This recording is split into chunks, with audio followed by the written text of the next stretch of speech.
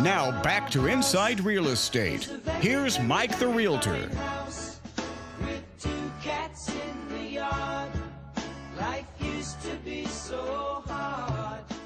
Hey folks, we are back. It's Inside Real Estate. Mike Kruziniga. We are back. Hey folks, thanks for tuning in. Hey, we got our head coach coming up in the next segment. 5A state champion Lancaster boys, Farron Douglas head coach is coming in after this segment. And guess what, folks? We're unveiling a new segment right here, right now on Inside Real Estate. We got our law segment, all things law, our new resident expert of all things law. We've got Perry Cockerell here from the firm Ackerson, Howder, and Bisney. And hopefully I'm pronouncing that correct. First of all, folks, this is a 28-year Navy veteran, reserve commander. Okay, he served in Desert Storm, Enduring Freedom, and Iraqi Freedom. Retired commander. And Perry is a trial attorney. He handles litigation in state, federal, and bankruptcy courts here in Texas. Board certified in civil trial law by the Texas Board of Legal Specialization.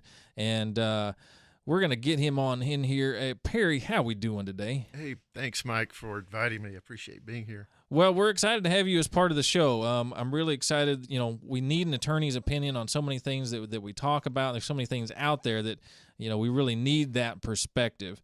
And so we're excited to have you on board and looking forward to it. And, of course, Perry's website, by the way, is perryjcockerell.com. That's perryjcockerell.com.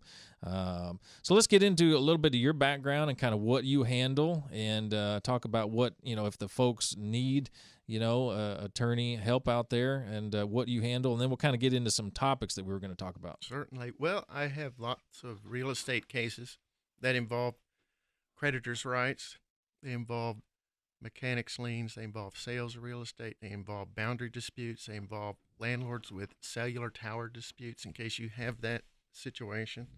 I have a number of cases in the Court of Appeals, and they're in the real estate area, commercial area, bankruptcy creditors' rights is where I like to focus. Okay. Very good. Well, folks, you know, look, Perry's kind of an expert attorney, okay?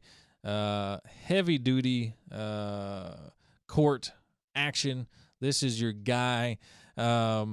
Let's talk a little bit about some of the things you're involved with right now, some of these cases you're involved with right now. And I know there's one where there's a big issue out there about folks that if they didn't file a claim in a timely manner, I know that's kind of an issue that's kind of out there. So why don't you know, to us laymen's over here and out there listening, kind of get into this, meat and potatoes of this, and explain it to us.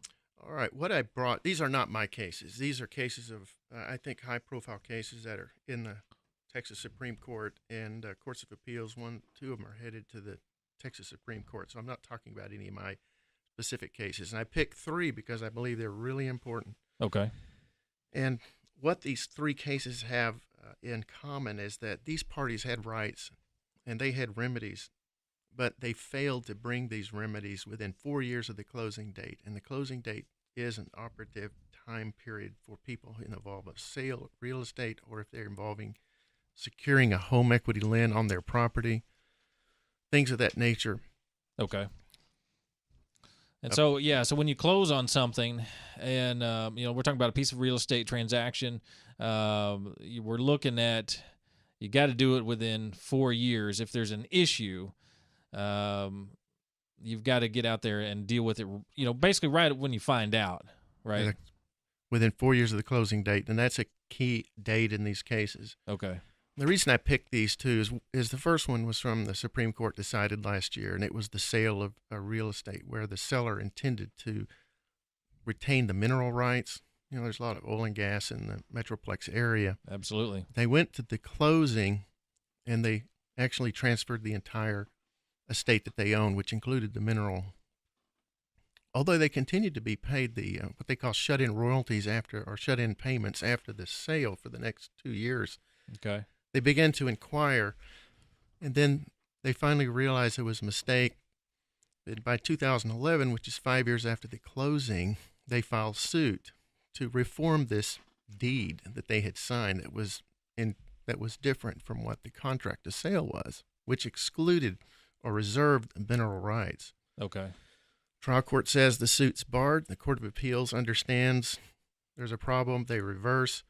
Texas Supreme Court holds the case is barred by the 4-year statute of limitations. So unfortunate that they were probably unaware of the 4-year rule, I'm guessing, and kind of sucks to be them then. It would be, and of course they probably were like many people. They go to a closing, they assume the documents are correctly prepared, and then there's a document that requires the seller or requires the parties to actually correct mistakes after the closing, which they relied on too in their suit, but were unable to. But simply the Texas Supreme Court holds it if there's a plain material omission in what is called an unambiguous deed, then that party is on notice of that mistake at the time of closing, and they're also on notice of the deed that's in the deed records when they file it. The grantor is actually on notice of that. So the grantor has 4 years to do something about that. So the simple, and I'm not here to give legal advice, but this is practical advice, is that there's a tendency when you sell property when you finally get that check and you're glad that the property is sold and you never want to think about that deal again. That's right. You're down the road and gone. Go pull that closing file out and look at it again, because there are a lot of documents to go through. There's a lot of signatures. There's a lot of paperwork, and go through that one more time. Go through the deed again. And if you're uncertain, hire yourself your attorney that you trust and have them look through that if it's a very significant matter you're not certain about. That's some practical advice in what is a very common situation. I've seen this occur where people are selling property intending to reserve the mineral rights, and they simply do not in the deed. But they did so in the contract, and the other party actually knows that. Right. So the question of whether a case like that should be barred within 4 years is really a question the legislature needs to decide if that's the kind of case that the law is intended to bar, where you have the immediate parties that are still there, still present. If you have where the property's been sold to a third person, then that's different, because that third person or that would take without notice that there's an error. So that's a different scenario. But when you have the same immediate parties to the transaction are there, you do have to sit back and think about what is the purpose of the 4-year limitation in a case like that. But that, like I say, it's not a legal question. That's a policy judgment. But my point in just bringing that case is that this is a very common thing, and can be examined, fairly closely right after the transaction occurs. Yeah, absolutely. And folks, we're talking about kind of the mineral rights separation. When you buy a piece of real estate, the mineral rights, are separated and can be separated from the actual property. And so in the past few years, that's been kind of a sticking point in negotiations with typical residential real estate.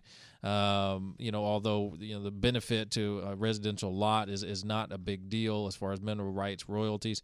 Where we're talking about something of importance is where there's serious acreage involved, potential surface rights as far as drilling access is concerned, and just significant acreage where you might actually pool up some value in your mineral royalties that are there.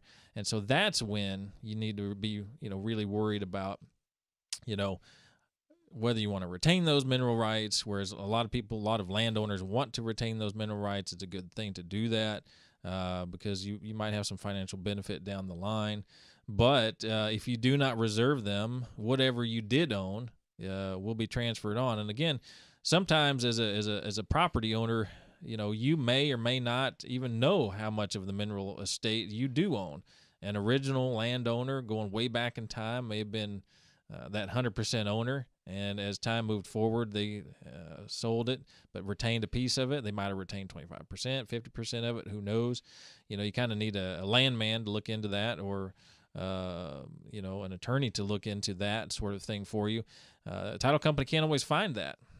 That's a good point. The Texas Supreme Court mentioned that mineral owners should protect those rights, and you can do that by investigating the records of your title and you may need to do that, and you probably should do that in the other situations too. Residential, periodically, a few years down the road, you might want to run a check on your title just to make sure there's no liens out there, nothing's been conveyed without your knowledge, and as I said, in the case of mineral owners, protect those mineral rights so that they're not inadvertently transferred. Yeah. As in this case. Yeah, absolutely. No doubt about it. Okay, so we got a little bit of time to maybe try to get into this next topic we want to talk about. Do we want to try to get into the home equity? I do. And I'm glad Supreme Lending's here because these cases are really important in the area of home equity lending. And when you hear about them, I call them the ex-wife regret cases. I pick these out because they have one thing common, and they're very similar to Cade versus Cosgrove. These ex-spouses actually had rights. If they had brought them timely, they would have been successful. The common aspect is that they didn't bring them within 4 years, and they were barred as a result of that. Now, they're really interesting because the first loan involves a home equity loan that was not signed by the spouse. Ah. The second one was one that was forged. Now, both of those liens were found to be valid and affirmed by the trial court. Now, as strange as that might sound, when I explain why, you'll see why those cases were affirmed and how it's possible to validate a forgery, which you cannot validate a forgery, but you can if you do certain things like they did here. Okay. But one thing, let me mention, in 1997, home equity lending was passed by the voters, and it allows the homestead to be used to obtain a loan up to 80% of the fair market value. You have 12 days cooling off period. The loan has to be closed at the title company, the lender, or an attorney. The fees may not exceed 3%. And if there's a violation, the borrower has to give notice within 60 days. The lender has to cure. If he can't cure, he has to release the lien. But if you fail to give notice within 4 years, then that claim is barred. And what this means is that the lender can obtain a loan on property that you could not use as collateral, or it could violate the fair market value rule, or it could have even a signature or not that the other spouse learns later. But if that violation is not brought forward in 4 years, that loan becomes valid, even though it would have been an invalid loan had the suit been filed within 4 years. Within 4 years. Now, the Texas Supreme Court is finally going to answer that question. Is that really the case? Did the legislature mean that the lender can take a lien on property like agricultural property? Did it mean that a non-signing spouse who learns about it, could it violate the fair market value rule? Could it violate all these and still have a valid loan? Because the borrower didn't notify the lender 4 years after the closing. That is the unanswered question, at least by the Supreme Court. But all the courts, the federal court in New Orleans, the state court in Dallas, Texarkana, and a couple of bankruptcy courts hold 4 years is it. There's 2 cases from the Eastern District Bankruptcy Court that holds that's not correct. So we really have a conflict going on. So the Texas Supreme Court is going to answer that. Well, it'll be interesting to see, what they say about that. I mean, obviously, I guess at the lower court level, you gotta, it's a hard rule. 4 years. That is what it is. Yeah. And it is. And now, and we're running a little bit low on time. Unfortunately, we've got about half a minute here to wrap up. Let me explain why the non-consenting spouse who didn't sign it, that loan was validated. The reason it was is that she learned of the loan in September of 2002 and took no action and filed suit in 2008. That suit's barred. Now, the question is, how could a forgery be validated? The spouse had forged the loan in 2004. They go through a divorce in 2009, and the spouse learns of it. But in the divorce, the property, both of these, the property is awarded to the husband, and in the connection to the divorce, she transfers the real estate to the husband by a special warranty deed. She validated the transfer, even though her original signature had been forged. She validated. Now, she figures out later, and in the other case, they figure out later, wait a minute, I could have invalidated those loans, and we could have had the property free of the liens. They figured this out later and brought suit. It was untimely, so they were 4 years. So you can validate a forgery if you subsequently validate it by signing a proper deed, transferring that. Unbelievable. So Well, you can see how when it comes to divorce, you can see how that brings everything to light, right? All of a sudden, the big spotlight is on the financials of a couple, and so anything that you did, if you tried to forge a home equity loan, if you get divorced later, it's going to be found out. That was amazing. That is amazing. Well, that's interesting. We're going to talk more about that. We're going to have more time in the weeks to come to talk about finishing up this. I know we had a little bit longer segment we were going to do with this, but we're running a little short on time. Folks, PerryJCockerell.com is the website. Perry's going to be in here regularly talking about all things legal. And, this is, look, if you need a litigator, you need an attorney, this is your guy. Folks, we're going to take a short break. We're coming back.